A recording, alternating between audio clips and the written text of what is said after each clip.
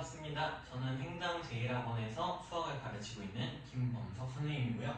저희 같이 23년도 중간고사 성동고등학교 거 15번 문제 한번 풀어보도록 합시다.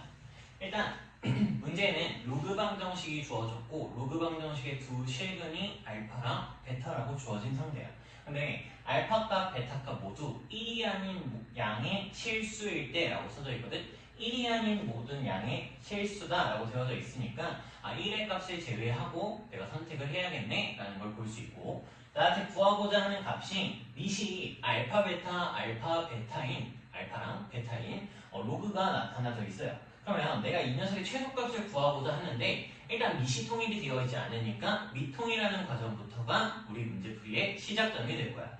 근데 밑을 어떻게 통일했는지 기억해 볼 겸 우리 다시 한번 밑변환 공식을 배워보도록 합시다. 노트 하면서 보면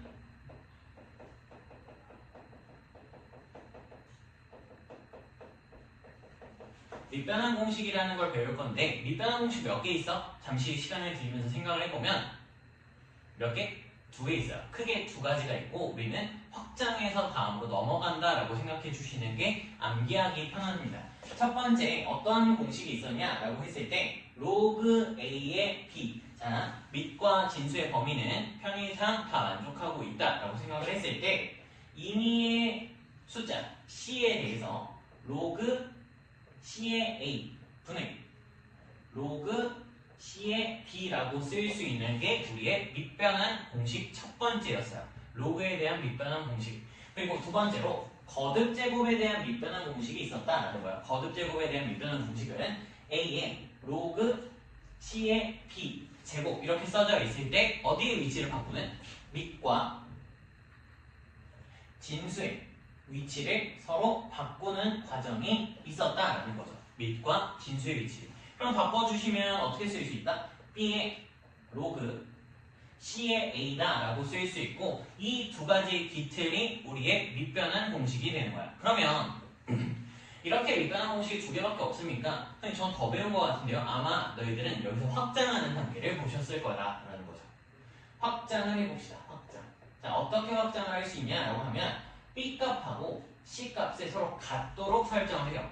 B가 C가 되도록 C가 B가 되도록. 그러면 내가 여기 있는 자리를 자 C 대신에 B를 넣는다라고 하면 로그 A의 B 좌변에 있는 값이 우변에 있는 값이 로그 자 C 대신에 B를 넣으면 B의 A분의 분자에는 로그 B의 B가 써지는 걸 볼 수 있어. 근데 우리 밑과 진수가 같은 로그는 몇으로 털어낼 수 있지? 그치 1로 털어낼 수 있어.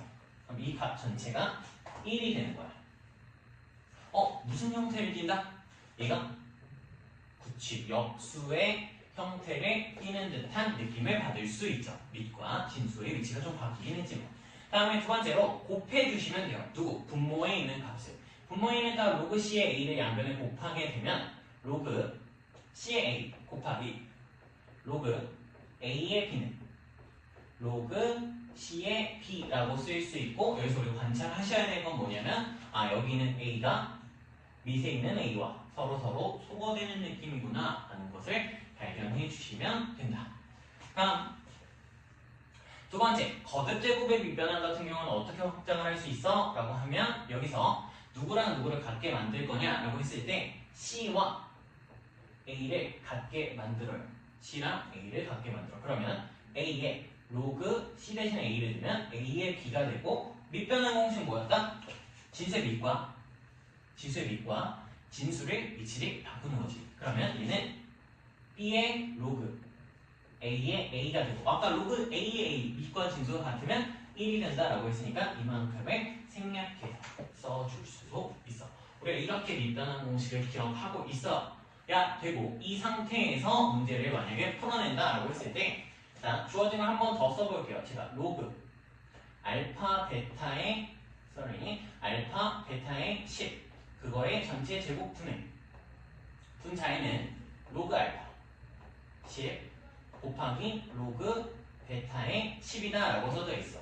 밑이 안 맞는다고 밑을 통일하는 과정이 필요하고 밑을 10으로 맞추는 즉 역수 관계를 써보자 라는 생각을 하면 얘는 로그 10에 자 상현로그 미스 10을 생략하고 쓸 수 있으니까 알파 베타 분의 1의 제곱 분의 로그 알파 분의 1 곱하기 로그 베타 분의 1이야 라고 쓸 수 있고 얘를 우리 분수 처리를 해봅시다. 얘를 분수 처리하면 로그 알파 곱하기 로그 베타 분의 로그 알파 베타의 전체 제곱이야 라고 써낼 수 있어요. 그럼 우리 이 관계식이 이제 뭐하다? 필요하다라는 거죠. 그럼 이 관계식을 이제 어떻게 풀까라는 생각으로서 문제를 들어가게 된다면 자 문제에 들어갔을 때 우리 2차 방정식이 나왔었어. 처음에 로그 방정식 로그로 주어진 2차 방정식이 주어졌고 그 녀석의 두 실근을 알파랑 베타라고 한대. 그러면 하나의 근은 로그 알파로서 존재할 거고 무슨? 로그 방정식의 근인 거야. 그럼 로그 베타라고 하면서 두 실근을 만들어낼 수 있고 두 근이 나오고 2차식에 대한 개수들을 다 알고 있을 때 우리 무슨 개수? 극치. 첫 번째로 써야 되는 건 근과 개수의 관계를 사용해 주셔야 돼요. 로그 알파랑 로그 베타가 있다 이 소리야. 그러면 첫 번째로 우리가 뭘 쓸 수 있어? 덧셈. 두 근의 합은 로그 알파와 로그 베타라고 쓸 수 있고 얘를 어떻게 쓸 수 있다? 최고차항 개수분의 그치 1차항 개수의 마이너스를 붙여서 3분의 마이너스 플러스 돼서 2배의 사인 세타다라고 되겠죠. 괜찮을 것 같고 두 번째 두 근의 곱 로그 알파 로그 베타라고 하는 두 근의 곱을 상수함 최고차항 개수분의 상수함으로써 3분의 코사인의 제곱 세타다라고 마무리를 지어줄 수 있어요. 이렇게 보니까 내가 구하고자 했던 식의 형태 분모에 있던 로그 알파와 로그 베타의 곱은 3분의 코사인 제곱으로 바꿔 쓸 수 있고 로그 알파 베타는 합으로서 바꿔 써주면 되죠. 모르지 않겠지. 당연히 로그의 합은 진수의 곱셈이니까. 그럼 얘를 어떻게 바꿀 수 있다? 우리 1번의 아이디어를 통해서 분모에 3 코사인 제곱 세타 분자에는 4 사인 제곱 세타를 썼다라고 치면 얘는 12의 탄젠트 제곱 세타야 라고 표시가 될 거예요. 그러면 난 이제 문제가 12 탄젠트 제곱 세타의 최소값이 필요한데 아직 남아있어. 뭔가 너희가 너무 나랑 흐름을 따라가서 그래요. 뭔 생각을 하셔야 될까?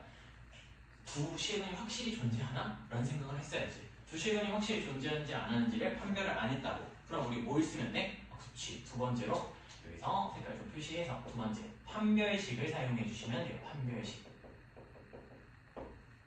저 로그 방정식에 대한 판별식을 쓰겠다라는 거고 자 그럼 내가 이 판별식을 쓰기 위해서 로그 x를 t라고 치환할 거야. 자 우리 서술형도 챙긴다는 마인드로 저 잘 따라와 주셨으면 좋겠습니다. 제가 치환하니까 등 위에 삼각형 써서 치환 표시하고 난 다음에 자 우리 치환했으니까 t의 범위가 필요해. 원래는 로그 함수를 그냥 치환하면 모든 실수다 라고 말을 하시면 되는데 우리 아까 뭐가 빠졌다고? 1이 아닌 양의 실수야. 1이 빠졌어. 그럼 로그에 1이 들어가서 0이 되니까 얘는 t값이 절대로 0이 아닌 모든 실수로서 정의를 해주셔야 되고 얘를 꼼꼼히 챙기는 습관도 필요하죠. 그러면 로그 x를 t로 치환했는데 t가 0이 아닌 모든 실수다 라고 됐고 이 과정 때문에 우리의 주어진 식은 3t제곱 마이너스 6의 사인 세타에다가 t가 곱해진 거에 더하기 코사인의 제곱 세타는 0이다 라고 나오게 돼요. 제가 좀 가려지는 것 같은데 저보다 문제풀이가 더 중요한 것 같으니까 쭉 이어가 보면 자 이제 이 녀석에 대한 판별식 t가 몇이면 돼? 0보다 크거나 같으면 돼요. 왜 등호가 붙어? 저기 문제 잘 읽어보면 서로 다르다라는 말이 빠져있어. 그러면 중근이 될 수도 있으니까 등호 포함을 시켜주셔야 되는 거죠. 괜찮은 것 같은데 하나 디테일 한번 챙겨보시면 자 t가 0이 아닌 모든 실수였어. 잘 생각해봐. 그러면 두 근의 곱에 해당하는 코사인 제곱 세타 0이 될 수 있습니까? 절대 없죠.